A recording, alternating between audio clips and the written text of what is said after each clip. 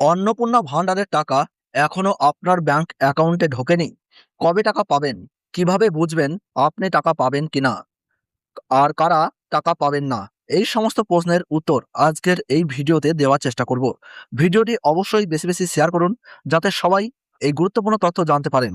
আর এই ধরনের আপডেট এতে সবার আগে আমাদের ইউটিউব চ্যানেলটি সাবস্ক্রাইব করুন।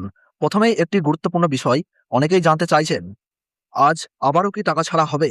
আপনাদের জানিয়ে রাখি, 1 জুলাই বিপুল সংখ্যক উপভোক্তার জন্য টাকা ছাড়া হয়েছে।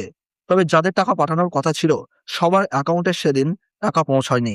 প্রায় 1,30,00,000 উপভোক্তার ব্যাংক অ্যাকাউন্টে টাকা পাঠানোর পরিকল্পনা ছিল। কিন্তু কিছু ব্যাংকের সার্ভার সমস্যার কারণে এবং কিছু লটের টাকা এখনো প্রসেস না হওয়ায় অনেকের ব্যাংক অ্যাকাউন্টে টাকা জমা পড়েনি। সেই কারণে আজ 2 জুলাই এবং পরবর্তী 1-2 দিনের মধ্যেই অনেকের অ্যাকাউন্টে টাকা জমা হতে পারে। তাই যদি এখনো টাকা না পেয়ে থাকেন, তাহলে দুশ্চিন্তা না করে কিছুটা অপেক্ষা করুন। এবার আসি, আপনি টাকা পাবেন কিনা তা কিভাবে বুঝবেন? ইতিমধ্যেই প্রতিটি বিডিও অফিসে টাকা পাওয়ার উপযুক্ত উপভোক্তাদের তালিকা পাঠানো হয়েছে। সেই তালিকায় উপভোক্তার নাম, আধার নম্বরের শেষ 4টি সংখ্যা, মোবাইল নম্বর সহ প্রয়োজনীয় তথ্য রয়েছে। আপনার যদি এখনো টাকা না আসে, তাহলে 1-2 দিন অপেক্ষা করে আপনার সমস্ত আসল নথি এবং অনলাইন আবেদনপত্রের রসিদ নিয়ে বিডিও অফিসে যোগাযোগ করুন। চাইলে সেখানে গিয়ে তালিকায় আপনার নাম আছে কিনা তাও দেখে নিতে পারবেন। যদি তালিকায় আপনার নাম থাকে, তাহলে ধৈর্য ধরুন। সার্ভার বা প্রযুক্তিগত সমস্যার কারণে টাকা আসতে কিছুটা সময় লাগতে পারে। এছাড়া অনেক ক্ষেত্রে সংশ্লিষ্ট গ্রাম পঞ্চায়েতেও এই তালিকা পাঠানো হয়েছে, তাই প্রয়োজনে পঞ্চায়েত অফিসেও যোগাযোগ করতে পারেন। তবে কিছু জায়গায় তালিকা প্রকাশের পর অনেক যোগ্য আবেদনকারীর অভিযোগ করেছেন যে তাদের নাম তালিকায় নেই।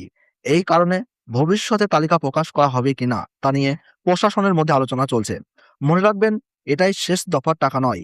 যদি এবার আপনার টাকা না আসে, তার মানে এই নয় যে আপনি আর কোনোদিন টাকা পাবেন না।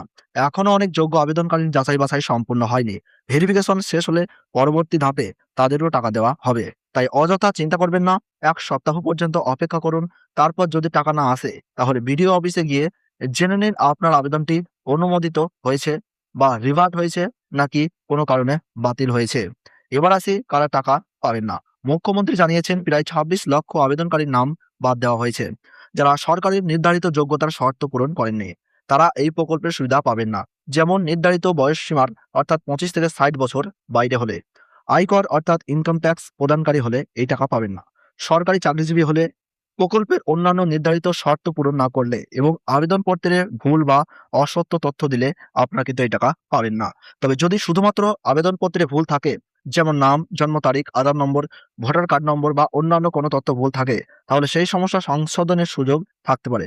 বর্তমান সাধারণ আবেদনকারীদের জন্য অনলাইনে এডিট করার সুবিধা চালু নেই। তাই এই ধরনের ভুল সংশোধনের জন্য সমস্ত আসল নথি নিয়ে বিডিও অফিসে যেতে হবে।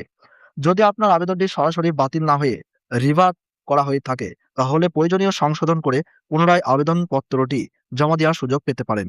তাই আপাতত ধৈর্য ধরে অপেক্ষা করুন। অনেকের মতো আপনার এলাকাতেও এখনো অনেকের টাকা আসেনি। আমাদের এলাকাতেও অনেক উপভোক্তার ব্যাংক অ্যাকাউন্টে এখনো টাকা জমা পড়েনি।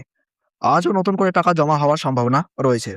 এছাড়া আজকের প্রশাসনিক বৈঠক বা মন্ত্রিসভার বৈঠক থেকে অন্নপূর্ণা ভান্ডার নিয়ে নতুন কোনো ঘোষণা এলে আমরা সেই আপডেট আপনাদের জানিয়ে দেব।